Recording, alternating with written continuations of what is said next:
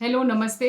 मुझसे ये क्वेश्चन बहुत सारे लोगों ने पूछा कि वो 9 साल के बच्चे वाली जो खबर आई थी कि उसने ज़बरदस्ती की 8 साल की बच्ची के साथ, how is it possible biologically and technically. तो टेक्निकली और बायोलॉजिकली की बात नहीं हो रही है यहाँ पे, आपको लॉ देखना पड़ेगा कि लीगली पॉसिबल है क्या। तो पॉक्सो की जो डेफिनेशन है, जो चाइल्ड अब्यूज़ लॉ है, तो मोटा-मोटा डेफिनेशन बता रही हूँ मैं, टेक्निकल में नहीं जा रही हूँ। उसकी डेफिनेशन ये कह रही है कि सेक्सुअल इंटेंट के साथ अगर आपने बच्चे को टच किया है then it is child abuse, okay. अब हम रेप की लॉ पे देख लेते हैं क्योंकि वो रिपोर्ट ऐसे ही हुआ था कि रेप किया, ठीक है। हालाँकि वो रेप में नहीं आएगा, पॉक्सो लगेगा। तो रेप की डेफिनेशन भी आईपीसी 375 अगर आप पढ़ेंगे तो उसमें स्पेशली ये लाइन दी गई है without my consent, without girls consent. तो अगर कोई लड़की ये कह देती है कि मेरा कंसेंट नहीं था, मेरे साथ ज़बरदस्ती की गई and all those things, then it will be a rape case. I mean इसी पर तो सारे के सारे केस दर्ज हो रहे हैं आजकल, ठीक है।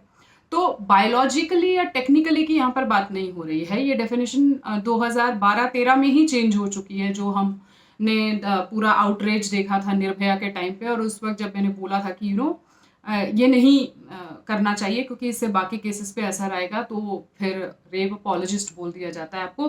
That's a totally different story, फिर कभी बात करेंगे।